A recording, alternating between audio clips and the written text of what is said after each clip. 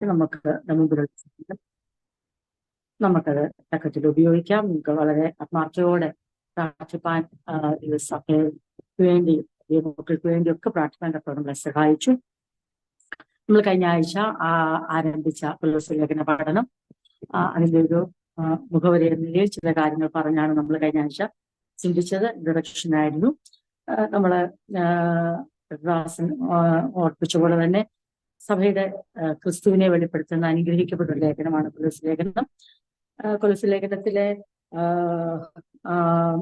വെളിപ്പെട്ട അല്ലെങ്കിൽ അപ്പോസ്തലനായ പൗലോസ് സകല ദുരുപദേശങ്ങളെയും ഖണ്ഡിക്കുവാൻ, സകല ദൈവസഭയിൽ കടന്നുകൂടിയിരിക്കുന്ന സകല ദുസ്വാധീനങ്ങളെ ഇല്ലായ്മ ചെയ്യുവാൻ ദൈവത്തിൽ നിന്ന് പ്രാപിച്ച ആ ക്രിസ്തുവിന്റെ വെളിപ്പാട് കത്തിലൂടെ സഭയ്ക്ക് കൈമാറുകയാണ്. അത് നമുക്കും ലഭിച്ചതോർത്ത് നന്ദിയോടെ ദൈവത്തെ സ്തുതിക്കുന്നു. അങ്ങനെയൊക്കെ പ്രയാസങ്ങളൊക്കെ ഉണ്ടായി ഒരു കത്തിലൂടെ ഇത് എഴുതുവാൻ അപ്പോസ്തലന് എന്നുള്ള സാഹചര്യങ്ങൾ ലഭിച്ചുകൊണ്ടാണ് വർഷങ്ങൾക്ക് ശേഷം, അനേക കാലങ്ങൾക്ക് ശേഷം നമുക്ക് ദൈവവചനമായി ലിഖിതമായി നമ്മുടെ ലഭിക്കാൻ ദൈവം അതിന് മുഖാന്തരം ഒരുക്കിയത്. നേരിട്ട് പോയി അപ്പോസ്തലൻ ഈ ഭാഗങ്ങൾ അവിടെ പ്രസംഗിക്കുകയായിരുന്നെങ്കിൽ നമുക്കൊരിക്കലും ഇത് നമ്മുടെ കൈകളിൽ ലഭിക്കത്തില്ലായിരുന്നു. എന്നാൽ അത് തനിക്ക് നമ്മൾ ഏത് ലേഖനം എടുത്ത് വായിക്കുമ്പോഴും അതുപോലെ തന്നെ നമുക്കറിയാം അപ്പോസ്തലനായ പൗലോസിന് ചെന്നെത്താൻ കഴിയാതെ എന്നാൽ തന്നിലുള്ള ദൈവിക വെളിപ്പാടുകൾ അവിടെ ചെന്നെത്തണം.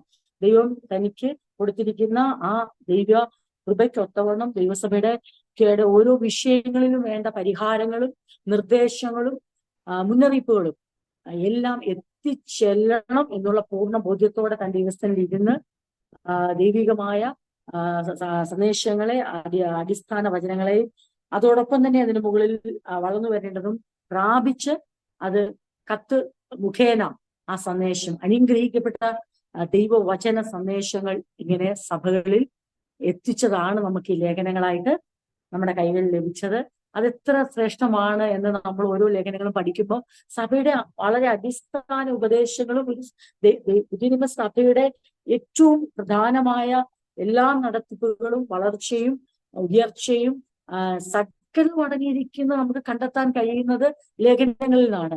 അപ്പൊ ആ ലേഖനങ്ങളെ എത്ര ശ്രേഷ്ഠമായിട്ടാണ് ദൈവം തീർത്തത്. ആ കാലങ്ങളിൽ അത്രയും അത് ചിന്തിച്ചിട്ടുണ്ടോ നമുക്കറിയില്ല. പക്ഷെ അപ്പോസ്തലൻ ഒരു കാര്യം ചെയ്തു, തന്നെ ആക്കി വെച്ചിടത്ത് തന്റെ സാഹചര്യങ്ങളെ പഴി പറയാതെ എനിക്ക് എത്തിച്ചെല്ലാൻ പറ്റാത്തതുകൊണ്ട് ഇനി ഒന്നും നടക്കത്തില്ല, എനിക്ക് നേരിട്ട് ചെന്ന് പ്രസംഗിക്കാൻ പറ്റാത്തതുകൊണ്ട് ഇവരാരും ഇനി ശരിയാകത്തില്ല, ഈ ദുരുപദേശങ്ങളെ ഒന്നും എനിക്ക് ദുസ്വാധീനങ്ങളെ ഒന്നും എനിക്ക് നീക്കാൻ കഴിയത്തില്ല, അതുകൊണ്ട് ഞാൻ എന്ത് ചെയ്യാനാ, എന്റെ ഗതി ഇതായിപ്പോയി, എന്റെ അവസ്ഥ ഇതായിപ്പോയി എന്ന് പറയുന്ന ഒരു അപ്പോസ്തലനെ ഒരിടത്ത് നമ്മൾ കാണുന്നില്ല. പക്ഷെ ഇന്ന് നമ്മൾ പലപ്പോഴും കാണുന്നത് പലരും അവരുടെ അവസ്ഥകളെയും അവരുടെ ജീവിതത്തിലെ ബുദ്ധിമുട്ടുകളെയും ഒക്കെ പറഞ്ഞാണ് ശുശ്രൂഷയിൽ നിന്നും ദൈവത്തിനൊരു പല കാര്യത്തിൽ നിന്നൊക്കെ പിൻപോട്ട് പോകുന്നത്. പക്ഷെ ആ കാലഘട്ടങ്ങളിൽ നമുക്ക് കാണാൻ കഴിയും അപ്പോസ്തലന്മാര് അവരുടെ ജീവിതത്തിലെ ശാരീരിക ബലഹീനതയും മാനസിക ബലഹീനതയും അവരുടെ സ്ഥലത്തിലേക്ക് എത്തിച്ചേരാനുള്ള പരിമിതികൾ ഒന്നും അവരെ ദൈവിക ശുശ്രൂഷയിൽ നിന്ന് തടുത്തു കളഞ്ഞില്ല, ഫലപ്രാപ്തിയിൽ നിന്ന് തടുത്തു കളഞ്ഞില്ല. അത് നമ്മൾ കഴിഞ്ഞ ആഴ്ച ദൈവം നമ്മളെ ഓർപ്പിച്ചു. അതുകൊണ്ടാണ് കൊലോസ്യർക്ക് ഈ ലേഖനം ഈ വിവരം എപ്പഫ്രോസ് വന്ന് അറിയിക്കുമ്പോൾ അപ്പോസ്തലന്റെ ഹൃദയത്തിൽ തന്റെ മനസ്സിൽ അനേക കാര്യങ്ങൾ വ്യക്തിപരമായി ചിന്തിക്കാനാണെങ്കിലുണ്ട്, മറ്റ് സഭകളെ കുറിച്ച് ചിന്തിക്കാനുണ്ട്, ഒത്തിരി കാര്യങ്ങൾ ഉണ്ടെങ്കിലും ദൈവസഭയിലെ ഓരോ വിഷയങ്ങളെയും താൻ കൈകാര്യം ചെയ്യാൻ തക്കവണ്ണം തന്നെ ദൈവത്തിന്റെ ആത്മാവ് പ്രാപ്തനാക്കി. അതിന് താൻ റോമിലായിരുന്നാലും ശരി, ഫിലിപ്പിയിലായിരുന്നാലും ശരി, താന് അന്ത്യോക്യയിലായിരുന്നാലും ശരി, ഒരു കാര്യം നമുക്കിവിടെ മനസ്സിലാക്കാൻ കഴിയും, തന്റെ യാതൊരു സ്ഥല പരിമിതികളും എന്റെ ശുശ്രൂഷയ്ക്ക് തടസ്സമായിരുന്നില്ല. അതെല്ലാം പ്രയോജനകരമായി ഉപയോഗിക്കാൻ സ്വർഗത്തിലെ ദൈവം ഇടയാക്കിയതോർത്ത് നന്ദിയോടെ ദൈവത്തെ സ്തുതിക്കുന്നു.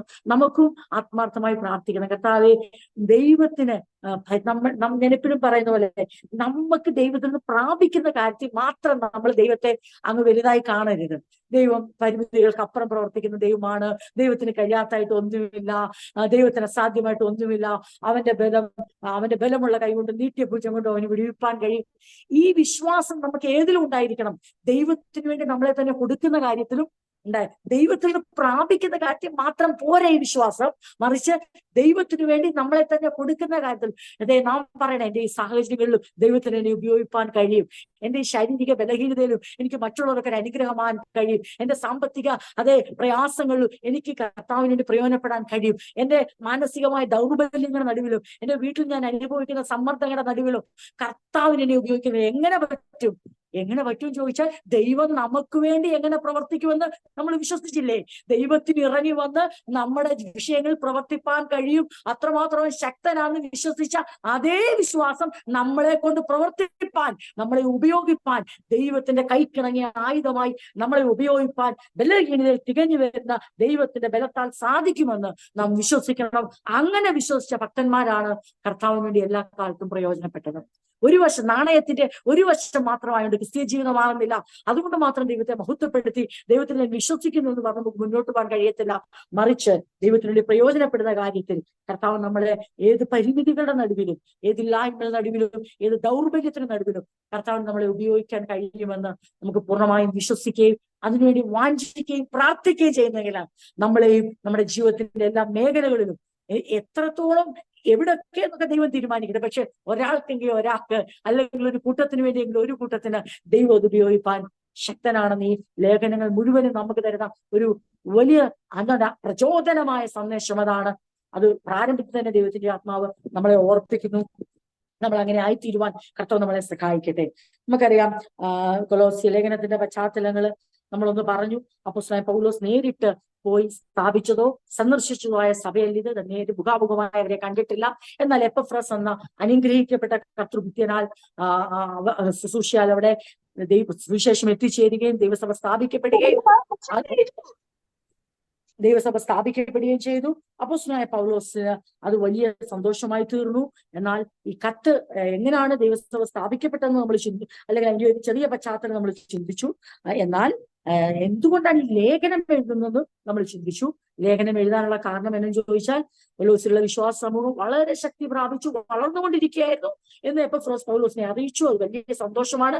എന്നാൽ മറ്റിടങ്ങളിൽ സംഭവിച്ച പോലെ തന്നെ ഈ ദൈവസഭയിലേക്കും എന്ത് ചെയ്യുകയാണ്, യഹൂദിയ പാരമ്പര്യത്തിൻ്റെതും അല്ലെങ്കിൽ മറ്റ് ജ്ഞാനവാദത്തിൻ്റെതും ദൂതന്മാരെ ആരാധിക്കുന്ന കാര്യങ്ങളിലും ഒരു വലിയ ഹയർ സ്റ്റാൻഡേർഡിലേക്ക് അതിനേക്കാളും എന്തോ പ്രാപ്തമാക്കാനുണ്ട് എന്ന് പറഞ്ഞ് ഞാൻ ആ ദർശനം കണ്ടു, ഈ ദർശനം കണ്ടു, പല ദർശനങ്ങള് മാർമികമായ പലതും ഇനിയുണ്ട് വെളിപ്പെട്ട ക്രിസ്തുവിനെ മറന്നുകൊണ്ട് സ്വതസിദ്ധമായ അതെ മനീഷികമായ സ്വപ്നങ്ങളെയും എന്തുകൊണ്ട് വ്യാജമായ കാര്യങ്ങളെയും ദർശനങ്ങളെയും ഒക്കെ ഉയർത്തി കാണിച്ചുകൊണ്ട് ക്രിസ്തുവിന്റെ ഔന്നത്യത്തെ, പ്രീ എമിനൻസിനെ, ക്രിസ്തുവിന്റെ ശ്രേഷ്ഠതയെ, ക്രിസ്തുവിന്റെ പരമോന്നതമായ സ്ഥാനത്തെ ചെറുതാക്കുന്ന ജ്ഞാനവാദവും മറ്റ് ദുസ്വാധീനങ്ങളും ദൈവസഭയിൽ കടന്നുകൂടിയപ്പോൾ അപ്പോസ്തലന് റോമയിൽ താൻ കരുതൽ തടങ്കലിലായിരുന്നപ്പോൾ തനിക്ക് അടങ്ങിയിരിക്കാൻ കഴിഞ്ഞില്ല.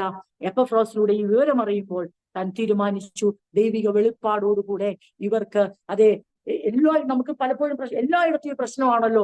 ഗലാത്യ സഭയും വിടുന്നില്ല. ഗലാത്യ സഭകൾ ഗലാത്യ സഭ എന്ന് പറഞ്ഞൊരു സഭയല്ല, ഗലാത്യ ദേശം 4 ഇതിലധികം സഭയുണ്ട് നമ്മൾ പഠിച്ചതാണ്.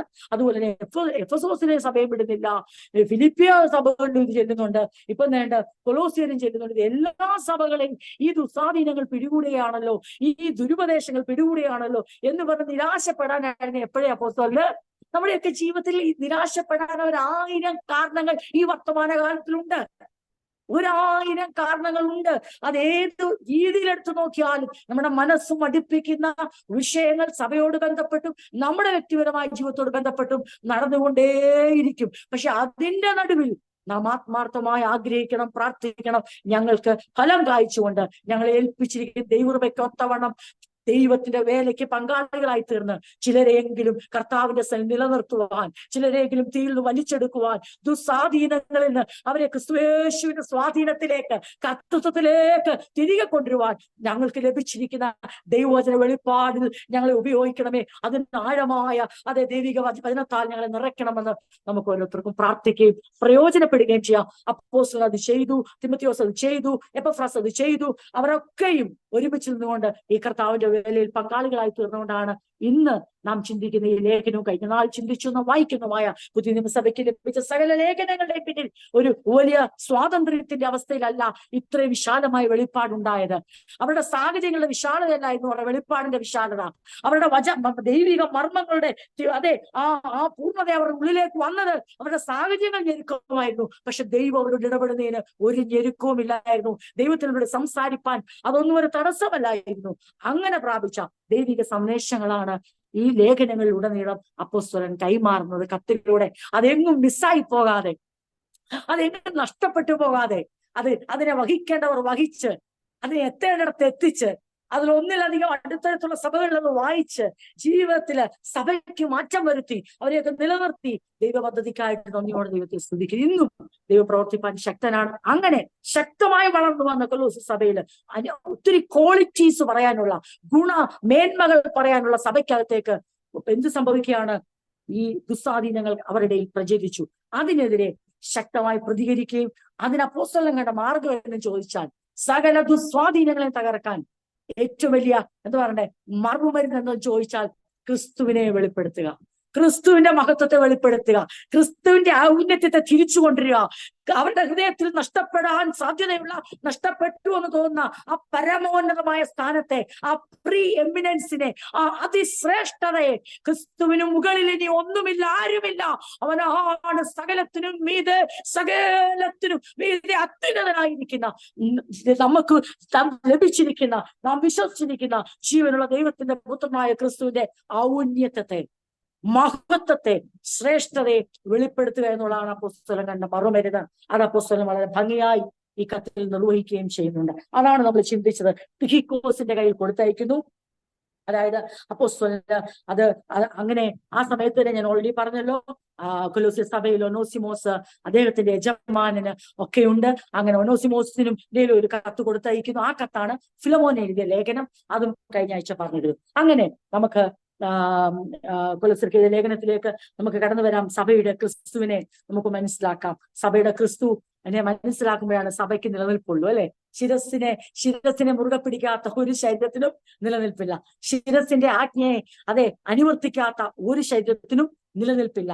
നമുക്കും നമ്മുടെ ശിരസാകുന്ന സഭയുടെ ക്രിസ്തുവിനെ പൂർണ്ണമായി നമുക്ക് ആ ആജ്ഞകളെ പൂർണ്ണമായി അനുസരിച്ചുകൊണ്ട് മുന്നോട്ട് പോകാൻ കർത്താവ് ഈ തിരുവചന പഠനങ്ങളോട് നമ്മളെ സഹായിക്കട്ടെ. നമ്മൾ ചിന്തിച്ചു എന്തൊക്കെയാണ് അവിടെ കടന്നു വന്ന വചന വിരുദ്ധമായ ഉപദേശങ്ങൾ. എന്തുകൊണ്ട് ദൂതന്മാരെ ആരാധിക്കുന്ന കാര്യത്തിൽ, അതുപോലെ തന്നെ സ്വയമായിട്ട് അങ്ങ് സെൽഫ് ഡിസിപ്ലിനിലൂടെ അത് ഭയങ്കരമായിട്ട് സ്വയമായിട്ട് ഭയങ്കര ശിക്ഷണം നടത്തി. ദൈവിക ശിക്ഷണമാണ് നമുക്ക് വേണ്ടത്. ദൈവമാണ് നമ്മളെ ബാലശിക്ഷയിലൂടെ നടത്തേണ്ടത്. അല്ല, ഞാൻ കുടിക്കത്തില്ല, തൊടത്തില്ല, രുചിക്കത്തില്ല, ഞാൻ ചെയ്യത്തില്ല, ഞാൻ ഇവിടെ വരത്തില്ല, ഞാൻ അത് ചെയ്യത്തില്ല, എനിക്ക് എന്ന് പറയുന്ന ഈ നമുക്ക് സെൽഫ് ഡിസിപ്ലിൻ ആവശ്യമാണ്. പക്ഷെ സെൽഫ് ഡിസിപ്ലിനിലൂടെ നമുക്ക് നീതീകരണമില്ല. ക്രിസ്തുവിലൂടെയാണ് നീതീകരണം. ക്രിസ്തുവിലൂടെ നീതീകരിക്കപ്പെട്ടവരെ ദൈവം എന്ത് ചെയ്യും? ഡിസിപ്ലിൻ ചെയ്യും. എന്തുകൊണ്ട് ഡിസിപ്ലിൻ ചെയ്യും? ഡിസൈപ്പിൾ ആക്കാൻ വിളിച്ചതുകൊണ്ട്. വെറുതെ കർത്താവിന് ഒരു ദിവസം അങ്ങ് തോന്നുമല്ല, ഏതായാലും വിളിച്ച് എല്ലാവരെയും അങ്ങ് തല്ലിയടിച്ച് ശരിയാക്കിയേക്കാന്ന് തോന്നിയതല്ല. വിളിക്കകത്ത് എന്തുണ്ട്? ഡിസൈപ്പിളിന്റെ, ശിഷ്യത്വത്തിന്റെ വിളി ആയതുകൊണ്ട് ഡിസിപ്ലിൻ ഒഴിവാക്കാൻ പറ്റാത്തത് കൊണ്ടും ദൈവം എന്ത് ചെയ്യാണ്? തന്റെ മക്കളെ ഡിസിപ്ലിൻ, ആ ഡിസിപ്ലിന് വിധേയപ്പെടാൻ നമുക്ക് അനുസരണം ഭയങ്കര ആവശ്യമാണ്. പക്ഷെ ഇവിടെ എന്ത് ചെയ്തു? ഒരു ഹയർ സ്റ്റാൻഡേർഡ് എന്തുകൊണ്ട് സഭയിലേക്ക് കൊണ്ടുവരികയാണ്. എന്നിട്ട് അതിങ്ങനെ നമുക്ക് ചെയ്യാം, അങ്ങനെ ചെയ്യാം, നമ്മുടെ ജഡ അഭിലാഷങ്ങളെ നിയന്ത്രിക്കാൻ നമുക്ക് തന്നെ കഴിയും, നമുക്ക് അതിന് വേണ്ട കടിഞ്ഞാണുകളിടാം, നമുക്ക് അതിന് വേണ്ട എന്നൊക്കെ പറഞ്ഞ് അവര് ദൈവാത്മാവിന്റെ സഹായത്തെ അങ്ങോട്ട് തള്ളിയിട്ട് സ്വയമായിട്ട് എനിക്ക് എല്ലാ ജഡാഭിലാഷങ്ങളെ നിയന്ത്രിക്കാനുള്ള കരുത്തുണ്ടാകും. അതിന് ക്രിസ്തുവിനെ ആത്മാവിനെ ഒന്നുമല്ല വേണ്ടത്, അതിന് നമുക്ക് തന്നെ കഴിയുമെന്നുള്ള ഒരു ഹയർ സ്റ്റാൻഡേർഡിലേക്കുള്ള, ഒരു ഉയർന്ന നിലവാരത്തിലേക്കുള്ള പഠിപ്പീര് അവിടെ പ്രചരിക്കാൻ തുടങ്ങിയപ്പോൾ അപ്പോസ്തലന് അറിയാം നടക്കുന്ന കാര്യമാണ്. അപ്പോസ്തലൻ എന്താ വിളിച്ചു പറയുന്നത്? അയ്യോ, ഈ മരണത്തിന് അധീനമായ ശരീരത്തിൽ തന്നെ ആർ വിടിവിക്കും? ഈ പാപ പ്രകൃതിക്ക് അധീനമായ ശരീരത്തിൽ തന്നെ ആർ വിടിവിക്കും? എന്റെ സെൽഫ് ഡിസിപ്ലിനോട് നടക്കത്തില്ല. പിന്നെയോ സകലത്തിലും ജയം തന്ന ക്രിസ്തുയേശു മുഖാന്തരമല്ലാതെ ഒരു മനുഷ്യനും തന്റെ ജഡാഭിലാഷങ്ങളെ നിയന്ത്രിക്കാൻ കഴിയത്തില്ല. അതിനാണ് ദൈവാത്മാവിനെ അനുസരിച്ച് നടക്കാൻ ദൈവസഭയോട് പറയുന്നത്. വ്യക്തമായി അറിയുകയും അനുഭവിക്കുകയും അത് ദൈവമക്കളുടെ ആഴമായി പഠിപ്പിക്കുന്ന അപ്പോസ്തലൻ കേട്ടപ്പോൾ അടങ്ങിയിരിക്കാൻ കഴിഞ്ഞില്ല.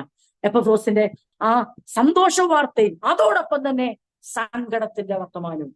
സന്തോഷം എന്താണ്? അവർ ശക്തമായി വളർന്നു വരുന്നു, ശക്തി പ്രാപിച്ചു വരുന്നു. അത് തുടർന്ന് വായിക്കുമ്പോൾ നമുക്ക് മനസ്സിലാവും. അവരുടെ വിശ്വാസവും പ്രത്യാശയും സ്നേഹവും അത് വളരെ ശ്രേഷ്ഠമാണെന്നുള്ള സന്തോഷത്തിന്റെ വർത്തമാനം അപ്പോസ്തലന്റെ അടുത്തെത്തി. അതുപോലെ തന്നെ അങ്ങനെ ശക്തമായ സഭകളിലും തേണ്ടേ ദുസ്വാധീനങ്ങൾ, ദുരുപദേശങ്ങളുടെ പ്രചരണം നടക്കുന്നുള്ള സങ്കടത്തിന്റെ വാർത്തയും എത്തി. അപ്പോസ്തലൻ എന്ത് ചെയ്തു?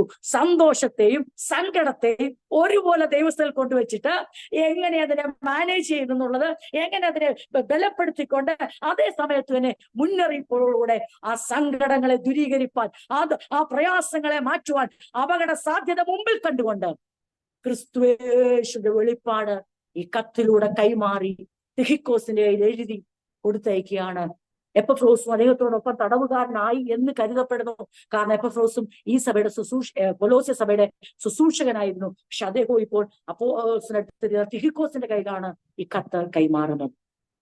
കൊലോസ്യ ലേഖനത്തിലേക്ക് നമുക്ക് കടന്നു വരാം. കൊലോസ്യ ലേഖനം അപ്പൊ ഒരു കാര്യം നമ്മുടെ മനസ്സിലോട്ട് കടന്നു വരും. എന്താണ് ഇപ്പൊ ഈ ഇതിന്റെയൊക്കെ ഉദ്ദേശം എന്താണ്? ഈ ഒബ്ജക്റ്റീവ്സ് ഓഫ് ഹെറസി, ഈ വേദവിരുദ്ധ ഉപദേശങ്ങളുടെ, വേദവിരുദ്ധ പഠിപ്പീരുകളുടെ പ്രചരണത്തിന്റെ ഉദ്ദേശം എന്തോ? അത് എന്തിലേക്കാ ലക്ഷ്യം വെക്കുന്നത്? നമ്മൾ എന്തുകൊണ്ടാണ് ഇത്ര ശക്തമാകണ്ടേ? നമ്മൾ എന്തുകൊണ്ട് അപ്പോസ്തലനോട് ചേർന്ന് നിന്ന് ഇവ ശക്തമായി ധ്യാനിക്കുന്നേ? കാരണം സകല വേദവിരുദ്ധ ഉപദേശങ്ങളുടെ ലക്ഷ്യം എന്തെന്ന് ചോദിച്ചാൽ ക്രിസ്തുവിന്റെ ഔന്നത്യത്തെ മാറ്റിക്കളയുക. ഡിസ്ക്രെഡിറ്റിംഗ് ക്രൈസ്റ്റ് ആൻഡ് ഹിസ് ടീച്ചിങ്സ്. കർത്താവായ യേശു ക്രിസ്തുവിന്റെ പ്രീ എമിനൻസിനെ, ഔന്നത്യ പദവിയെ, പരമോന്നത പദവിയെ എന്ത് ചെയ്യുകയാണ്? അതിനെ റീപ്ലേസ് ചെയ്യുക, അതിനെ മാറ്റം വരുത്തുക, അതിന് പകരം വെക്കുക.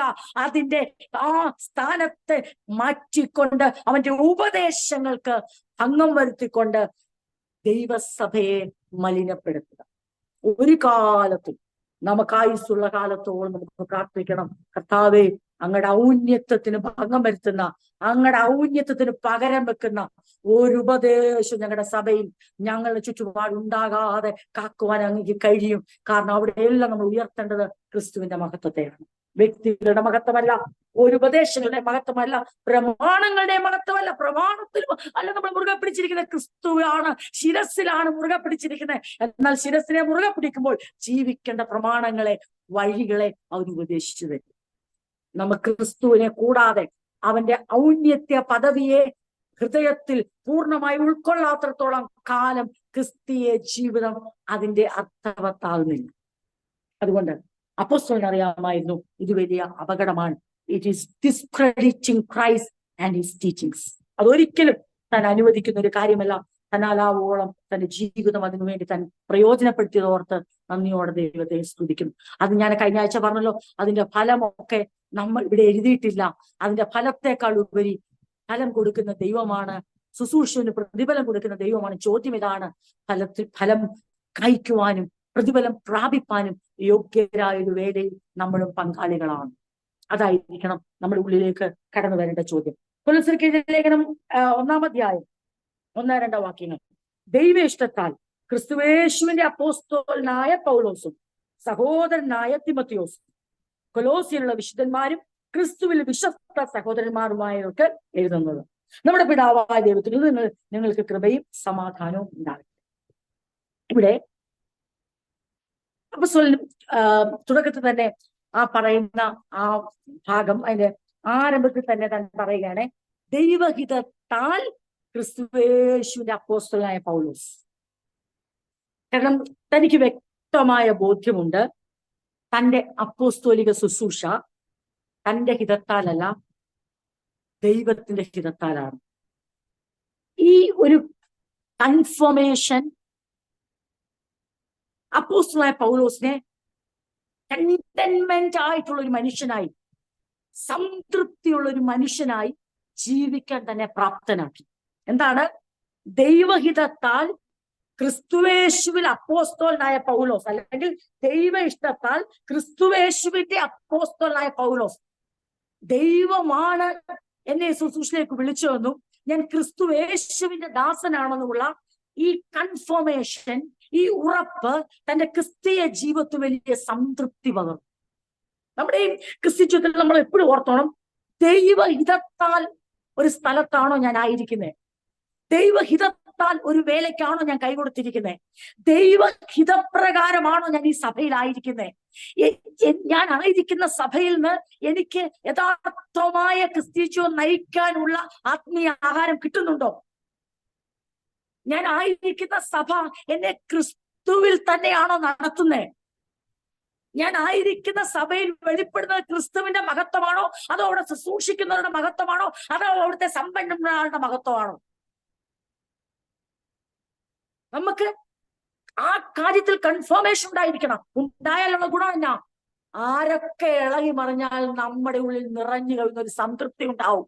കാരണം നമുക്കറിയാം ദൈവത്തിന്റെ ഹിതമാണ് ഈ കോളിങ്ങിന് പിൻപിൽ, എന്റെ ഈ വിളിയുടെ പിൻപിൽ, എന്റെ ഈ തെരഞ്ഞെടുപ്പിന്റെ പിൻപിൽ, എന്റെ ഈ ശുശ്രൂഷയുടെ പിൻപിൽ. എനിക്ക് ആഗ്രഹം ഉണ്ടായിരുന്നു മറ്റു പല രാജ്യങ്ങളിലേക്ക് പോകണമെന്ന്. എനിക്ക് ആഗ്രഹം ഉണ്ടായിരുന്നു പലയിടത്തും സെറ്റിൽ ആകണമെന്ന്. എനിക്ക് ആഗ്രഹം ഉണ്ടായിരുന്നു ഞാൻ ഇന്നടത്തായിരിക്കണമെന്ന്. എനിക്ക് ആഗ്രഹം ഉണ്ടായിരുന്നു കുറച്ചും കൂടെ ആൾക്കാരുള്ള ഒരു സഭയിലായിരിക്കണമെന്ന്. എനിക്ക് ആഗ്രഹം ഉണ്ടായിരുന്നു കുറച്ചുകൂടെ അറിയപ്പെടുന്ന ശുശ്രൂഷകരുടെ സഭയിലായിരിക്കണമെന്ന്. അല്ലെങ്കിൽ എനിക്ക് ആഗ്രഹമുണ്ട് ഈ വേല ചെയ്യണമെന്ന് എന്നൊക്കെ എന്റെ ആഗ്രഹങ്ങൾ പലതായിരിക്കും. പക്ഷെ ചോദ്യം അതല്ല, ദൈവഹിതത്താലാണോ ഞാൻ ഈ ശുശ്രൂഷ ചെയ്യുന്നത്? ദൈവഹിതത്താലാണോ ഞാൻ ഈ സഭയിലായിരിക്കുന്നത്? ഞാൻ ദൈവഹിതപ്രകാരം ക്രിസ്തുയേശുവിന്റെ ദാസനായി ദാസിയായിട്ടാണോ എനിക്ക് ജീവിക്കാൻ സാധിക്കുന്നത്? അപ്പൊ ഇത് എവിടെ വെച്ചാ പറയുന്നേ? റോമാ കാരാഗ്രഹത്തിൽ, അല്ലെങ്കിൽ റോമാ ദേശത്തെ കരുതൽ തടങ്കലിൽ വിചാരണയ്ക്കു വേണ്ടി കാത്തിരിക്കുന്ന ഒരു തടവ് പുള്ളി എന്ന നിലയിൽ താൻ ആയിരിക്കുമ്പോൾ തന്റെ വിളിയും അതിന്റെ ശ്രേഷ്ഠതയും തന്നെ വിളിച്ചവന്റെ മഹത്വവും വിളിച്ച ദൈവത്തിന്റെ ഹിതത്തെ കുറിച്ച് താൻ മറന്നു പോകുന്നില്ല. പ്രിയരെ, നമ്മുടെയൊക്കെ ജീവിതത്തിൽ കഴിഞ്ഞ ഞായറാഴ്ച ദൈവം നമ്മളെ കൽപ്പിച്ച പോലെ നമ്മുടെ ജീവിതത്തിന്റെ സാഹചര്യങ്ങൾ മാറുമ്പോൾ, സമ്മർദ്ദമേറുമ്പോൾ, സംഘർഷഭരിതമാകുമ്പോൾ, കാഴ്ചപ്പാടുകൾ മങ്ങും, മനസ്സ് ക്ഷീണിക്കുമ്പോൾ ആദ്യം നമ്മൾ സംശയിക്കുന്നത് ദൈവപ്രകാരം തന്നെയാണോ ഞാൻ ഇവിടെ ആയിരിക്കുന്നത്?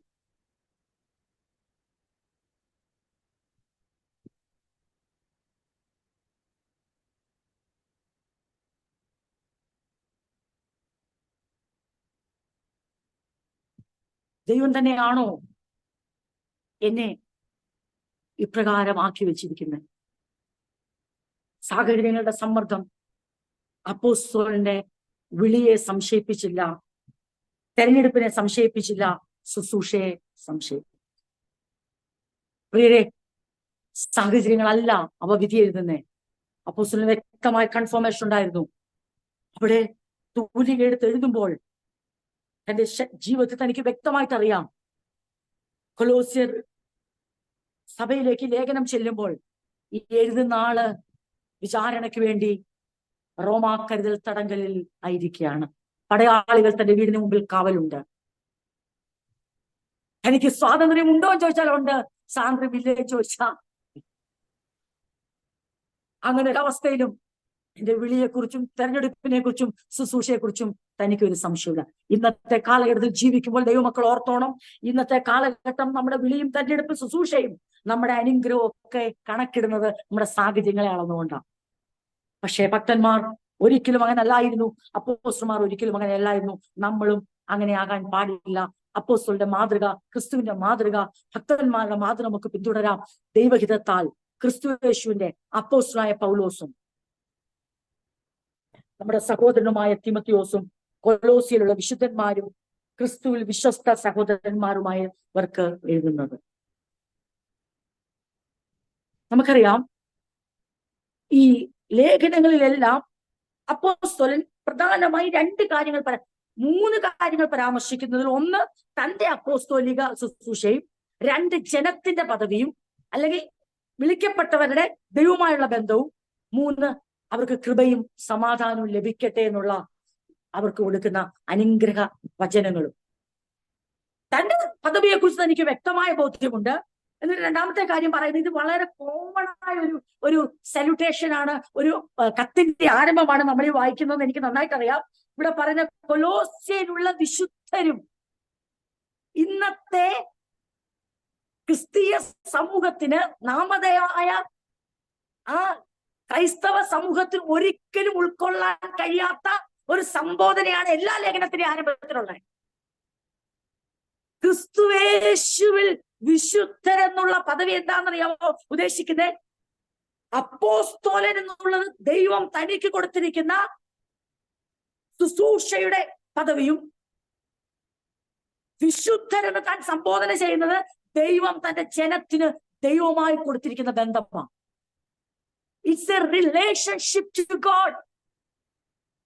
അതും വ്യക്തമായി എല്ലാ കത്തിലും താൻ ആവർത്തിക്കുന്ന എന്തിനെന്ന് ചോദിച്ചാൽ, നമ്മുടെ ജീവിതത്തിന്റെ സാഹചര്യങ്ങൾ എന്ത് തന്നെ ആയാലും ക്രിസ്തുവേശുവിലൂടെ ലഭിച്ച നീതീകരണത്തിന്റെ അനന്തര ഫലമായ വിശുദ്ധരെന്ന ആ പദവിക്ക് ഈ സാഹചര്യങ്ങൾ ഒന്നും അതിനെ ബാധിക്കുന്നില്ല. അതുകൊണ്ടാണ് യെരൂശലേമിൽ പറയുമ്പോൾ യെരൂശലേമിലെ ദരിദ്രരായ വിശുദ്ധന്മാർ. അവരുടെ വിശുദ്ധ പദവിക്ക് സമ്പത്തിന്റെ യാതൊരു ഏറ്റക്കുറച്ചിലോ ആരോഗ്യത്തിന്റെ യാതൊരു ഏറ്റക്കുറച്ചിലോ ബന്ധങ്ങളുടെയോ സ്വന്തങ്ങളുടെയോ ജീവിതത്തിന്റെ ഏതെങ്കിലും കരുത്തിന്റെ അടിസ്ഥാനത്തിൽ ഇത് മാറി മറിയുന്ന പദവിയല്ല. ദൈവം നമുക്ക് തന്നിരിക്കുന്ന പദവി എന്നുള്ളത് അപ്പോസ്തലന് തന്നെ ആക്കി വെച്ചിരിക്കുന്ന ദൈവഹിതത്താലുള്ള വിളിയെയും ശുശ്രൂഷയെ കുറിച്ചുള്ള ബോധ്യം കരുതൽ തടങ്കലിലും കാരാഗ്രഹത്തിലും മാറ്റം വരുന്നില്ല. അതിന് കൺഫർമേഷൻ അവിടെയുണ്ട്. അതുപോലെ തന്നെ ദൈവസഭയോടും തന്നെ എപ്പം സംബോധന ചെയ്താലും പറയും, നിങ്ങൾ ആരെന്നോർത്തോണം, നിങ്ങൾ ക്രിസ്തുയേശുവിൽ വിളിക്കപ്പെട്ട വിശുദ്ധരാണ്. അതായത് അതിന്റെ അർത്ഥം എന്ന് ചോദിച്ചാൽ, ദൈവത്താൽ പാപങ്ങൾ മോചിക്കപ്പെട്ട, ദൈവം തന്നെ കുറ്റവിമോചനം തന്ന, നീതീകരിച്ച, ദൈവത്താൽ വിശുദ്ധീകരിക്കപ്പെട്ട ജനമാണെന്നുള്ളത് നിങ്ങൾ കൊലോസ്യയിൽ അത് എങ്ങനെ പണ്ട് ജീവിച്ചിരുന്നാലും, ഫിലിപ്പിയ ദേശത്ത് നിങ്ങൾ എങ്ങനെ ജീവിച്ചിരുന്നാലും, ഗലാത്യ ദേശങ്ങളിൽ നിങ്ങൾ എങ്ങനെ ജീവിച്ചിരുന്നാലും, നിങ്ങളുടെ പഴയകാല ജീവിതം എത്ര അധമമാണെങ്കിലും നിങ്ങളുടെ പുതിയ ജീവിതം വിശുദ്ധമായ ജീവിതമാ. കാരണം നിങ്ങളുടെ ജീവിതത്തിന്റെ വിശുദ്ധിയല്ല, ദൈവം നിങ്ങളെ നീതീകരിച്ച വിശുദ്ധി കൊണ്ട് നിങ്ങൾ ഒരു പുതുജീവിതത്തിന് അർഹരായി തീർന്നു. എന്റെ പ്രിയപ്പെട്ടവരെ, ഇത് ഇന്ന് ക്രിസ്തീയ സമൂഹത്തിന്, നാമധേയ ക്രൈസ്തവർക്ക് നമ്മളിത് പറഞ്ഞാൽ, ഈ അവരും വായിക്കുന്ന ബൈബിളിൽ അതുപോലെ എഴുതിയിട്ടുണ്ട്. പക്ഷെ അത് കാണാൻ അവരുടെ കണ്ണ് തുറന്നിട്ടില്ല. അവർക്കത് പറഞ്ഞാൽ മനസ്സിലാകത്തില്ല. അവർ വിചാരിക്കുന്നത് എന്തെന്ന് ചോദിച്ചാൽ, മനുഷ്യർ തന്നെ മനുഷ്യൻ ചെയ്ത ഏതെങ്കിലും പ്രവൃത്തി കണ്ടിട്ടോ പുണ്യപ്രവൃത്തി കണ്ടിട്ടോ അല്ലെങ്കിൽ പറഞ്ഞുണ്ടാക്കിയ കെട്ടുകഥകളുടെ അടിസ്ഥാനത്തിൽ ഏതെങ്കിലും അത്ഭുതങ്ങളോ അടയാളങ്ങളോ പറഞ്ഞു പരത്തിയ അങ്ങനെ നടക്കണമെന്ന് നിർബന്ധമില്ല.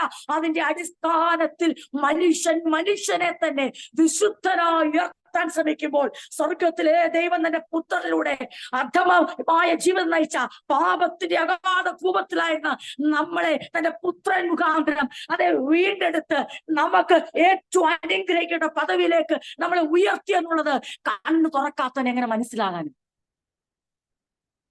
ഇനി കണ്ണ് തുറന്നവരത് അവരുടെ കണ്ണ് അടഞ്ഞു പോയാലോ?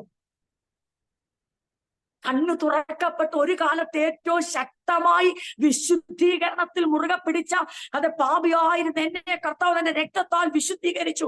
വിശുദ്ധരെന്ന പദവി, ആ ഹോളി പീപ്പിൾ എന്നുള്ള പദവി, ദൈവത്തിന്റെ സ്വന്തം ജനം എന്നുള്ള പദവി പ്രവർത്തികളാൽ ലഭിച്ചതല്ല, യേശു ക്രിസ്തുവിന്റെ പ്രവൃത്തിയിൽ വിശ്വസിച്ചത് കൊണ്ട് ലഭിച്ച ഈ വിശുദ്ധ പദവിയെ ഞങ്ങളുടെ ജീവിതം കൊണ്ട് ഞങ്ങൾ അത് വെളിപ്പെടുത്തും. അതിന് വിരുദ്ധമായ താണ നിലവാരമുള്ള ജീവിതം ഒരു നാടും നയിക്കത്തില്ലെന്നുള്ളതാണ് നാം ദൈവത്തിന് കൊടുക്കേണ്ട സമർപ്പണം. പക്ഷേ എത്ര പറഞ്ഞാലും ഇത് മനസ്സിലാകത്തില്ല. ഇത് മനസ്സിലാണെങ്കിൽ എന്ത് സംഭവിക്കണം? അതെ, പിതാവ് ആകർഷിച്ചതല്ലാതെ ആർക്കും പുത്രനെ അറിയത്തില്ല. പുത്രന്റെ ജീവൻ പ്രാപിക്കാതെ, ആ വെളിപ്പാട് പ്രാപിക്കാതെ ഈ പദവി ഒരിക്കലും ഉൾക്കൊള്ളാനും കഴിയത്തില്ല. ഇത് ചിലർക്ക് വേണ്ടി മാത്രം മനുഷ്യൻ റിസർവ് ചെയ്തിരിക്കുന്നതെന്ന് കരുതി ഒരായുസ് അതെ മുഴുവൻ അതെ ആയിരങ്ങൾ പതിനായിരങ്ങൾ ലക്ഷങ്ങൾ പാഴാക്കുമ്പോൾ അതിന്റെ നടുവിൽ നമുക്ക് ദൈവത്തെ സ്തുതിപ്പാൻ ഏറെ വകയുണ്ട്. കാരണം അപ്പോസ്തലനായ പൗലോസ് തന്റെ തടവറവാസത്തിലും തന്റെ വിളിയും തെരഞ്ഞെടുപ്പും പദവിയും മറക്കുന്നില്ല. കൊലോസ്യരോട് പറയുകയാണ്, നിങ്ങൾ ആരും നിങ്ങൾ ഓർത്തോ, ഞാൻ നിങ്ങളെ സംബോധന ചെയ്യുമ്പം കൊലോസ്യരുള്ള വിശുദ്ധരും ക്രിസ്തുവിൽ വിശ്വസ്തരുമായ സഹോദരങ്ങൾക്ക് എഴുതുന്നത്. ഈ രണ്ട് കാര്യങ്ങളെ കുറിച്ച് ദൈവസഭയ്ക്ക് വ്യക്തമായ ബോധ്യം വേണം. ഒന്ന്, നമ്മുടെ കോളിങ്ങിനെ കുറിച്ച്, നമ്മളെ ഏൽപ്പിച്ച ശുശ്രൂഷയെ കുറിച്ച്. രണ്ട്, നമ്മളെ വിശുദ്ധീകരിച്ചു എന്നുള്ള വിശുദ്ധമായ ആ സ്ഥാനത്തെക്കുറിച്ച്, ദൈവവുമായുള്ള ബന്ധത്തിൽ നമ്മുടെ അശുദ്ധിയെ നീക്കി നമ്മളെ ശുദ്ധീകരിച്ച, വിശുദ്ധീകരിച്ച, നമ്മളെ സാങ്ക്ടിഫൈ ചെയ്ത സെയിൻസ്, ആ സെയിൻസ് എന്നുള്ള കോളിംഗ്, അത് ഇന്നത്തെ ഈ മറ്റ് ക്രൈസ്തവ സമൂഹത്തിന് ചിന്തിക്കാൻ പറ്റത്തില്ല. കൊലോസ്യയിലുള്ള സെയിൻസ്, ഫിലിപ്പിയയിലുള്ള സെയിൻസ്, വിശുദ്ധർ, സെയിന്റ് എന്നുള്ള പദവി, ചിന്ത, ആ ദൈവത്താൽ സാങ്ക്ടിഫൈ ചെയ്യപ്പെട്ട, ആത്മാവിന്റെ വിശുദ്ധീകരണം നടന്ന ആ ശ്രേഷ്ഠ പദവി, അതെ, അത് കണ്ണു തുറക്കാത്തവൻ അത് കാണണ്ട, പക്ഷെ കണ്ണു തുറന്ന് അത് പ്രാപിച്ചവർ അത് കാണുകയും അത് ഏറ്റുപറയുകയും അതിൽ ആനന്ദിക്കുകയും അത് പങ്കുവെക്കുകയും ആ പദവിയിൽ മുറുകെ പിടിക്കുകയും വേണം. അതിന് ഒരിക്കലും നമ്മുടെ കണ്ണി വിഷയത്തിൽ മങ്ങിപ്പോകാൻ പാടില്ല. നമ്മൾ ഉറപ്പിക്കണം, മറ്റുള്ള ദൈവത്താൽ ഹൃദയങ്ങൾ തുറക്കപ്പെട്ട, കണ്ണുകൾ തുറക്കപ്പെട്ട നമ്മുടെ കോളിങ്ങിനെ കുറിച്ച്, നമ്മുടെ ശുശ്രൂഷയുടെ കോളിങ്ങിനെ കുറിച്ച്, നമ്മുടെ ആ വിശുദ്ധരെന്നുള്ള ദൈവവുമായുള്ള ബന്ധത്തിലുള്ള നീതീകരണത്തിൽ ലഭിച്ച ആ ഗോഡ്സ് ഹോളി പീപ്പിൾ എന്നുള്ള ആ പദവിയെ കുറിച്ച് വ്യക്തമായ ബോധ്യം നമുക്ക് വേണം. നമുക്ക് തോന്നുന്നു എന്തൊരാവർത്തന വിരസതയാ ഇത്, എല്ലാ ലേഖനത്തിലും തുടങ്ങുമ്പോൾ ഇത് തന്നെയാണ് എഴുതുന്നത്, ഇതിനകത്തിപ്പോ എന്താ എത്ര പറയും, ഇതിനകത്ത് ഒത്തിരി പറയാനുണ്ട്. കാരണം അപ്പോസ്തലൻ ദൈവീയ വെളിപ്പാട് പ്രാപിച്ച മനുഷ്യൻ കരുത്തടങ്ങി ഇരുന്നിട്ട് ചുമ്മാ വാചകം എഴുതത്തില്ല. അവിടെ ഇരുന്നുകൊണ്ട് കത്തെഴുതിയിട്ട് ആ എല്ലാവർക്കും സുഖം, അവിടെ സുഖം, ഇവിടെ സുഖം, എന്നാ ശരി എന്ന് പറയുന്ന കത്തല്ലിത്. ഇതിനകത്ത് എന്തുണ്ട്? തുടക്കം തൊട്ട് ഒടുക്കം വരെ, അതെ, ആരംഭിക്കുമ്പോൾ തൊട്ട് അവസാനം വരെ ഇതിനകത്ത് എന്തടങ്ങിയിരിക്കുകയാണ്? ദൈവത്തിന്റെ ദൂതടങ്ങിയിരിക്കുക, ദൈവത്തിന്റെ വചനത്തിന്റെ ശക്തി അടങ്ങിയിരിക്കുക. അത് വായിക്കുന്നവർ എന്ത് ചെയ്യണം? അവർ അയ്യോ ഞങ്ങൾ ഒന്നുമല്ല എഴുതുമല്ല എന്ന് പറഞ്ഞ്, അല്ലെങ്കിൽ ഞങ്ങളുടെ ജീവിതത്തിൽ എന്ന് ചിന്തിക്കുമ്പോൾ, ജീവിത സാഹചര്യങ്ങളും സമ്മർദ്ദങ്ങളാലും തളർന്നു പോകുമ്പോൾ ഇത് വായിച്ചു തുടങ്ങുമ്പോഴേ, അതെ, കേൾക്കാൻ തുടങ്ങുമ്പോഴേ ഉള്ളിലേക്ക് ഒരു ബലം കൈവരിക്കും. എന്താണ് ആ ബലം ചോദിച്ചാൽ, അപ്പോസ്തലനെ കുറിച്ച് ഭാരപ്പെടേണ്ട ആവശ്യമില്ല. അദ്ദേഹത്തിന് നല്ല ബോധ്യമുണ്ട്, അദ്ദേഹത്തിന്റെ ദൈവത്തിന്റെ ഹിതപ്രകാരം അതാ മുന്നോട്ട് പോകുന്നു. നമ്മളെ കുറിച്ച് നമ്മൾ ഭാരപ്പെടേണ്ട കാര്യമില്ല. നമുക്ക് നേട്ടം നല്ല ബോധ്യം വരുന്നു നമ്മൾ ആരാന്നുള്ളത്. അത് നമുക്ക് എന്ത് തരുമെന്നറിയാമോ? നമുക്ക് സംതൃപ്തി തരും. എന്ത് സംതൃപ്തി? സാഹചര്യങ്ങളുടെ സംതൃപ്തിയോ അതോ വിളിയുടെ സംതൃപ്തിയോ? സാഹചര്യങ്ങളുടെ സംതൃപ്തി വല്ല അങ്ങനെ കിട്ടണമെന്ന് ഒരു നിർബന്ധവും ഇല്ല. അത് കിട്ടിയാലായി, കിട്ടിയില്ലാലായി. പക്ഷെ വിളിയുടെയും തെരഞ്ഞെടുപ്പിന്റെയും വിശുദ്ധീകരണത്തിന്റെയും ആ കൺഫർമേഷൻ നമ്മുടെ മനസ്സിനകത്ത് ഈ ലോകത്തിൽ ആർക്കും തരാൻ കഴിയാത്ത വലിയ ആ നിറവ്, ആ കണ്ടന്റ്മെന്റ്, ആ ഒരു ലോകത്തെ ജയിക്കുന്ന ഒരു ജയമാണ് ആ സംതൃപ്തി എന്ന് പറയുന്നത്. ആ കൺഫർമേഷനാണ് നമുക്ക് ആ സംതൃപ്തി ഉളവാക്കുന്നത്. നമ്മുടെ പിതാവായ ദൈവത്തിൽ നിന്നും നിങ്ങൾക്ക് കൃപയും സമാധാനവും ഉണ്ടാകട്ടെ. ഇതും ഞാൻ ഈ പറയുന്ന 1-2 വാക്യങ്ങൾ ഒരു എക്സ്പ്ലനേഷന്റെ ആവശ്യമില്ലെന്ന് എനിക്ക് അറിയാമെങ്കിലും ഞാൻ ഈ ലേഖന ആരംഭത്തിൽ തന്നെ അത് എക്സ്പ്ലെയിൻ ചെയ്യാനുള്ള കാര്യം, നമ്മളിലും പലരും, എന്നെ ഇന്ന് കേൾക്കുന്ന ആളെ കേൾക്കാൻ പോകുന്ന പലരും കാലങ്ങൾ പിന്നിട്ടപ്പോൾ എന്തു മറന്നു തുടങ്ങി. ദൈവം തന്നെയാണോ ഞങ്ങളെ ഇവിടെ ആക്കി വെച്ചിരിക്കുന്നത്? ദൈവം തന്നെയാണോ ഈ വിളിച്ചത്? ഞങ്ങൾ വാസ്തവമായി വിശുദ്ധീകരിക്കപ്പെട്ടിട്ടുണ്ടോ? ശുദ്ധീകരണത്തെ കുറിച്ച് അതെ സംശയം തോന്നി. ജീവിതം തന്നെ, ആത്മീക ജീവിതം തന്നെ കൈവിട്ടുവാൻ സാധ്യതയുള്ളവർ കേൾക്കുമ്പോഴും അവരുടെ ജീവിതത്തിലും ഇതൊരു യഥാസ്ഥാനപ്പെടലിന് കാരണമാകണം. സാഹചര്യങ്ങളാൽ എത്ര വലയേണ്ട വന്നാലും ക്രിസ്തുയേശുവിലുള്ള വിളിക്കും തെരഞ്ഞെടുപ്പിനും വിശുദ്ധീകരണത്തിനും ഒരു മാറ്റവുമില്ലെന്ന് ആദ്യം അറിയേണ്ടത് സഭയാണ് ഉറപ്പാക്കേണ്ടത്. നമ്മുടെ പിതാവായ ദൈവത്തിൽ നിന്നും നിങ്ങൾക്ക് കൃപയും സമാധാനവും ഉണ്ടാകട്ടെ. ഇതൊരു വലിയ അനുഗ്രഹിക്കപ്പെട്ട ഒരാശംസയാണ്, ഒരു ബ്ലെസ്സിങ് ആണ്. അതെന്തെന്ന് ചോദിച്ചാല്, കാരണം എന്തെന്നറിയാമോ? ഈ കൃപയും സമാധാനവും എന്നുള്ള ഈ 2 വാക്കിന് വലിയ പ്രത്യേകതയുണ്ട്. കാരണം ഇത് രണ്ടും തരാൻ നമ്മുടെ പിതാവായ ദൈവത്തിന് മാത്രമേ കഴിയൂ. കൃപ പിതാവായ ദൈവത്തിന് മാത്രമേ അത് ചൊരിയാൻ പറ്റത്തുള്ളൂ. ഇനി സമാധാനം എന്നുള്ളത് കൃപ പ്രാപിച്ചവരുടെ ഒരു എക്സ്പീരിയൻസ് ആണ്. നമ്മൾ പറയത്തില്ലേ, ഞങ്ങൾ ഇന്ന് ലേഡീസ് മീറ്റിംഗിൽ ചിന്തിച്ചപ്പം ഞങ്ങൾ ഇങ്ങനെ ചിന്തിച്ചു, അതായത് രക്ഷിക്കപ്പെട്ടു എന്ന് പറയുമ്പോൾ നമ്മൾ എങ്ങനെ ഇതിനെ വെളിവാക്കുന്ന, നമുക്കതിന് ലോകത്തിന് മുമ്പിൽ തെളിവ് കാണിക്കാൻ ബുദ്ധിമുട്ടാണ്. പക്ഷെ ഒരു കാര്യം ഓർക്കണം, മോക്ഷം പ്രാപിച്ചു അല്ലെങ്കിൽ ആത്മരക്ഷ പ്രാപിച്ചു, ഇനി ക്രിസ്തുയേശുള്ളവർക്ക് ഒരു ശിക്ഷാവിധിയുമില്ല എന്നുള്ള വാക്യങ്ങളുടെ പ്രഘോഷണം. അതുകൊണ്ട് വാചാലതയല്ല നമ്മൾ പറയുന്നേ, ക്രിസ്തുയേശുവിലുള്ളവർക്ക് ഇനി ഒരു ശിക്ഷാവിധിയും ഇല്ല എന്ന മോക്ഷം. എന്ന ആത്മരക്ഷ എന്ന വീണ്ടെടുപ്പ് പ്രാപിച്ചെങ്കിൽ ആ വ്യക്തിയിൽ എന്തുണ്ടായിരിക്കും അറിയാമോ? അതിന്റെ സമാധാനം നേരിട്ടിരിക്കും. അതിന്റെ സമാധാനം ആ വ്യക്തിയുടെ ഉള്ളിൽ നിറഞ്ഞിരിക്കും. ക്രിസ്തുയേശുവിൽ ഒരു ശിക്ഷാവിധിയില്ല. പക്ഷെ ശിക്ഷാവിധി ഇല്ലാത്തതിന്റെ ഒരു സമാധാനവും ഒരു സന്തോഷവും ഉണ്ടെങ്കിൽ ആ വ്യക്തി രക്ഷിക്കപ്പെട്ടിട്ടില്ല. ഇത് കൃപ പ്രാപിച്ചിട്ടുണ്ടെങ്കിൽ അത് എക്സ്പീരിയൻസ് ചെയ്യുന്ന ഒരു വലിയ മുഖാന്തരമാണ് സമാധാനം എന്നുള്ളത്. എന്റെ മേൽ ദൈവത്തിന്റെ ഗ്രേസ് കടന്നു വന്നു എന്നുള്ളത് എന്റെ വാചാലതയും എന്റെ ഘോരപ്രസംഗമല്ല. ആ കൃപ എന്നെ സമാധാനത്തിന്റെ ഉടമയാക്കി മാറ്റും. അല്ലെങ്കിൽ അതിന്റെ അർത്ഥം കൃപ ഞാൻ അനുഭവിച്ചിട്ടില്ല, ദൈവകൃപയ്ക്ക് ഉടമയല്ല ഞാൻ ദൈവകൃപ പ്രാപിച്ചിട്ടുണ്ടെങ്കിൽ എനിക്ക് മോക്ഷം ലഭിച്ചിട്ടുണ്ട്. അതായത് എനിക്ക് ശിക്ഷാവിധിയിൽ നിന്ന് വിടുതൽ ലഭിച്ചിട്ടുണ്ട്. ശിക്ഷാവിധിയിൽ നിന്ന് വിടുതൽ ലഭിച്ചിട്ടുണ്ട് എന്നുള്ളത് എന്റെ അനുഭവത്തിൽ ഞാൻ എങ്ങനെ പ്രകടമാക്കും? ലോകത്തെ ജയിക്കുന്ന ഒരു ജയമായ നമ്മുടെ വിശ്വാസം എന്റെ ഉള്ളിൽ നിറയുമ്പോൾ ഈ ലോകം എന്നെ ഭയപ്പെടുത്താതെ വേണം, ശിക്ഷാവിധി എന്നെ ഭയപ്പെടുത്താതെ വേണം, മരണം എന്നെ ഭയപ്പെടുത്താതെ വേണം, തീപ്പൊയ്ക എന്നെ ഭയപ്പെടുത്താതെ വേണം, നരകത്തിന്റെ യാതന എന്നെ ഭയപ്പെടുത്താതെ വേണം. ദിവ്യ സമാധാനമുള്ള എന്റെ ജീവിതം തന്നെ. എന്റെ പ്രിയരെ, ചുമ്മാതെ വാചകമടിക്കുന്ന ഒത്തിരി പേരെ കാണാൻ പറ്റും. ഞങ്ങളും വീണ്ടും ജനിച്ചതാ, ഞങ്ങൾ യേശുവിൽ വിശ്വസിക്കുന്നുണ്ട്. നിങ്ങൾ എന്തിനാ യേശു വിശ്വസിക്കുന്നേ? നിങ്ങൾക്ക് വീട് കിട്ടാൻ, കാറ് കിട്ടാൻ, പിള്ളേരെ കിട്ടാൻ, നിങ്ങളുടെ കുഞ്ഞുങ്ങളൊക്കെ സൗഖ്യം പ്രാപിക്കാൻ, ജോലിക്ക് പോകുന്നതിനെ കാക്കാൻ. അയ്യോ, ഇതാണോ നിങ്ങൾ യേശുവിൽ വിശ്വസിച്ചു എന്ന് പറഞ്ഞേ? അതിന് അപ്പോസ്തലൻ മറുപടി ഉണ്ട്. നാം ഈ ആയുസ്സിൽ മാത്രം ക്രിസ്തുവിൽ പ്രത്യാശ വെച്ചിരിക്കുന്നുവെങ്കിൽ സകല മനുഷ്യരിലും അയ്യോ കഷ്ടമത്രേ, അരിഷ്ടന്മാരത്രേ. പക്ഷെ നമ്മളോട് ചോദിക്കുമ്പോൾ നമ്മളെന്ന് പറയും, കർത്താവ് ഞങ്ങളുടെ സകല വിഷയവും നടത്തി തരാൻ ശക്തം, ഞങ്ങൾ പൂർണ്ണമായി വിശ്വസിക്കുന്നു. പക്ഷെ ഞങ്ങളിൽ പിതാവായ ദൈവം പറഞ്ഞ കൃപയുണ്ടല്ലോ, ആ കൃപ പിള്ളേരെ പഠിപ്പിക്കാനുള്ള കൃപയല്ല, ജോലി മേടിച്ചു കൊടുക്കാനുള്ള കൃപയല്ല, വീട് വെക്കാനുള്ള കൃപയല്ല, സാമ്പത്തിക നന്മ ഉണ്ടാകാനുള്ള കൃപയല്ല. ആ കൃപയുടെ അനന്തര ഫലം എന്നറിയാമോ? ശിക്ഷാവിധിയിൽ നിന്നുള്ള വിടുതൽ ഉണ്ടെന്നുള്ള ദൈവിക സമാധാനത്താൽ ഈ ഭൂമിയിൽ ഞങ്ങളെ നിറയ്ക്കുന്ന കൃപ. എന്താണ് ആ കൃപയുടെ പ്രത്യേകത? ദൈവരാജ്യത്തിന്റെ അനുഭവം ഞങ്ങളുടെ ഉള്ളിലേക്ക് കൊണ്ടുവരുന്ന കൃപ. എന്താണ് ആ അനുഭവം? ദൈവ പരിശുദ്ധാത്മാവിലുള്ള സന്തോഷവും അതെ ദൈവികമായ നീതിയും സമാധാനവും അനുഭവമാക്കുന്ന കൃപ. അല്ല ചുമ്മാ ആരെന്തെങ്കിലും പറഞ്ഞുകൊണ്ട് കൃപ ലഭിച്ചെന്ന് പറഞ്ഞ് ആരും വിശ്വസിക്കേണ്ട. നമ്മളും അങ്ങനെ ദൈവത്തെ വിശ്വസിപ്പിക്കാമെന്നോ ശ്രമിക്കേണ്ട. അതിന് വ്യക്തമായ അനുഭവമുണ്ട്. ഇതൊന്നും ചുമ്മാതെ അവിടെ ഇവിടെ അടിച്ചുവിടാനുള്ള വാക്കുകളല്ല കൃപ കൃപ എന്നുള്ളത്. ദൈവത്തിന്റെ പിതാവായ ദൈവത്തിന്റെ കൃപയും സമാധാനം നിങ്ങൾക്ക് ഉണ്ടാകട്ടെ എന്ന് പറയുമ്പോൾ അതവർ അനുഭവിച്ചുകൊണ്ടിരിക്കുന്നവരാണ്.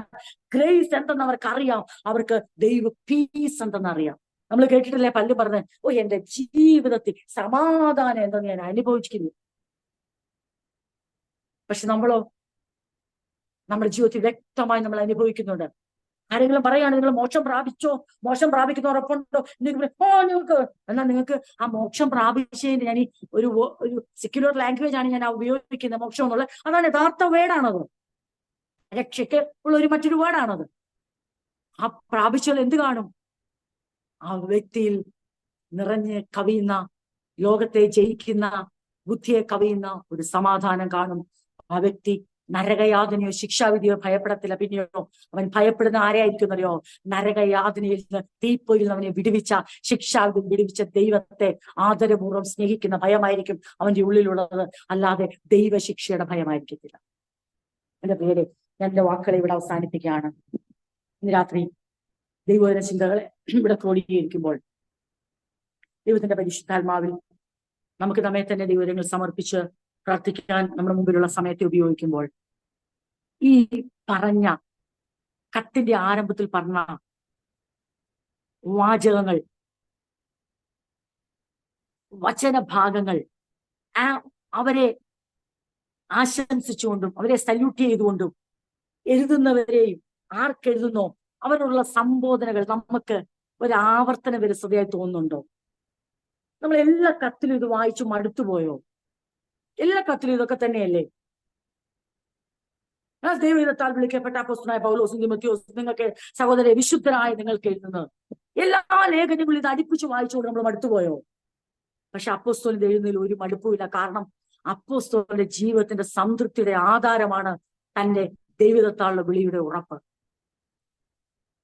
കൊലോസിലുള്ള വിശ്വാസികൾ അറിയണം, നിങ്ങൾ വിശുദ്ധീകരിക്കപ്പെട്ടവരാ ഇനിയും നിങ്ങളുടെ സഭയ്ക്കകത്തേക്ക് മറ്റെന്തു വലിയ മർമ്മം കിട്ടിയെന്ന് പറഞ്ഞ ആൾക്കാർ വന്നാലും നീതീകരണത്തിനല്ല, നീതീകരിക്കപ്പെട്ട വിശുദ്ധീകരിക്കപ്പെട്ട നിങ്ങൾ ക്രിസ്തു യേശുവിന്റെ ഔന്നത്യ പദവി ഉയർത്തിക്കൊണ്ട് നിൽക്കേണ്ടവരാണെന്നുള്ള ആ ദൂത അറിയിക്കാൻ തുടങ്ങുന്നതിന് മുമ്പ് തന്നെ അവർക്ക് കത്തെഴുതി തുടങ്ങുമ്പോൾ തന്നെ അപ്പോസ്തലൻ തന്റെ സ്ഥാനത്തെയും ശുശ്രൂഷയെ ഉറപ്പിക്കുന്നതിനോടൊപ്പം ദൈവം മക്കൾ ആരാണ്, അവരുടെ വിശുദ്ധീകരണത്തിന്റെ ശ്രേഷ്ഠത, അവരെ വിശുദ്ധരെന്ന് സംബോധന ചെയ്യാൻ ഒരു മടിയും തനിക്കില്ല.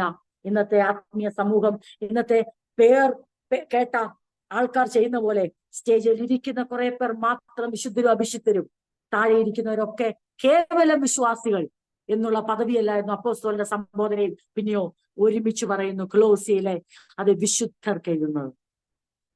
ഇന്ന് രാത്രി നമുക്ക് നമ്മുടെ പദവികളെ ഒന്ന് ഉറപ്പിക്കണ്ടേ? നമ്മുടെ കോളിങ്ങിനെ, മിനിസ്ട്രിയെ നമുക്കൊന്ന് ഉറപ്പിക്കണ്ടേ? നമ്മുടെ കൺഫ്യൂഷൻ ഒന്ന് മാറ്റണ്ടേ? ഞാൻ ദൈവ പ്രകാരം തന്നെയാണ് ഇവിടെ ആയിരിക്കുന്നത്. ദൈവമാണോ എന്നെ ഈ വിളിച്ചത്? ദൈവമാണോ എന്നെ ഈ വേലയ്ക്ക് പങ്കാളിയാക്കിയത്? അപ്പോൾ ഒരു ചോദ്യം, അങ്ങനെ ദൈവമാണ് നിന്നെ ഈ ദേശത്താക്കി വെച്ചതെങ്കിൽ, ഈ സഭയിൽ ആക്കി വെച്ചതെങ്കിൽ, ദൈവഹിതപ്രകാരമാണ് ഇപ്പോൾ നീ ഈ കരുതൽ തടങ്കിൽ ആയിരിക്കുന്നതെങ്കിൽ, ഈ സ്ഥല പരിമിതിക്കുള്ളിൽ, സാഹചര്യ പരിമിതിക്കുള്ളിൽ, സ്വാതന്ത്ര്യ പരിമിതിക്കുള്ളിൽ നീ ആയിരിക്കുന്നെങ്കിൽ പിന്നെ എങ്ങനെയാണ് ഇത് ദൈവഹിതത്താലുള്ള വിളി? ദൈവമാണ് വിളിക്കുന്നെങ്കിൽ അങ്ങനെ പറക്കുന്ന പക്ഷിയെ പോലെ ചിറക് വെച്ചങ്ങോട്ട് പറക്കണ്ടേ? കഴുകനെ പോലെ ചിറകടിച്ചുയരണ്ടേ? ദൈവഹിതത്താൽ വിളിക്കപ്പെട്ടവർക്ക് ഇങ്ങനെയുള്ള കരുതൽ തടങ്കലുകളും, ദൈവത്താൽ വിളിക്കപ്പെട്ടവർക്ക് ഇങ്ങനെയൊക്കെ കാത്തിരിക്കേണ്ട അവസ്ഥയും, താണിരിക്കേണ്ട അവസ്ഥയും, ഞെരുങ്ങിയിരിക്കേണ്ട അവസ്ഥയും, അത് വല്ലാതെ തളർന്ന് കുഴയേണ്ട അവസ്ഥയൊക്കെ വരുമോ? ഈ ചോദ്യത്തിനൊക്കെ ഒറ്റ മറുപടിയേ ഉള്ളൂ. ആ ചോദ്യം ആരെങ്കിലും ഹൃദയത്തിൽ വന്നാൽ ആ വരുന്നതിന് മുമ്പേ അപ്പോസ്തലൻ അതിന് തൊടുത്തുവിട്ടു. അതിനുള്ള ആയുധം ദൈവത്താൽ ക്രിസ്തു യേശുവിന്റെ അപ്പോസ്തലനായ പൗലോസ്. നമ്മുടെ എല്ലാ സംശയങ്ങൾക്കും ഒരു മറുപടി ദൈവം തരികയാണ്. ദൈവഹിതത്താൽ ഞാൻ ഈ ദേശത്ത്, ഈ ഭവനത്തില്, ഇവിടെ ഇപ്രകാരമായിരിക്കുന്നു. അതിനകത്ത് ദൈവത്തിന് വ്യക്തമായ ഉദ്ദേശമുണ്ട്. ദൈവം എന്നെ ആക്കി വെച്ചിരിക്കുന്ന സഭയ്ക്കായി ഞാൻ ദൈവത്തെ സ്തുതിക്കുന്നു. അവിടെ എനിക്കൊരു ശുശ്രൂഷയുടെ പങ്കാളിത്തമുണ്ട്. അത് ദൈവം എന്നെ ഏൽപ്പിച്ചതാ. തീർന്നില്ല. ഞങ്ങൾ വിളിക്കപ്പെട്ട വിശുദ്ധരാണ്, വിശുദ്ധീകരിക്കപ്പെട്ട ദൈവത്തിന്റെ ഹോളി പീപ്പിൾ, വിശുദ്ധ ജനമാണ്. ആ വിശുദ്ധ പദവിയിൽ തുടർന്നുകൊണ്ട് ആ ദൈവം തന്ന വിശുദ്ധീകരണത്തിന്റെ വിശുദ്ധരെന്ന ആ സെയിൻസ് എന്നുള്ള ശ്രേഷ്ഠ പദവിക്ക് കളങ്കം വരുത്തുന്ന ഒരു താണ നിലവാര ജീവിതവും, ദൈവനാമത്തിന് ദൂഷണം വരുത്തുന്ന ഒരു വാക്കോ പ്രവൃത്തിയോ നോട്ടമോ ഇടപാടുകളോ കൊടുക്കലോ ദൈവത്തിന്റെ നാമത്തിന് കളങ്കം വരുത്തുന്ന ആ പദവിയെ ഇടിച്ചു താഴ്ത്തുന്ന, ജാതികളുടെ ഇടയിൽ ദൈവനാമം ദുഷിക്കപ്പെടുന്ന രീതിയിലുള്ള വിശുദ്ധരുടെ ഒരു അയോഗ്യമായ ജീവിതവും ഞങ്ങളിൽ ഉണ്ടാകാതെ യോഗ്യമായ ജീവിതത്തിനായി ഞങ്ങളെ സമർപ്പിക്കുന്നു. നമുക്ക് പ്രാർത്ഥിക്കാം. ഈ വചനങ്ങളാൽ ദൈവം നമ്മെ അനുഗ്രഹിക്കുമാറാകട്ടെ.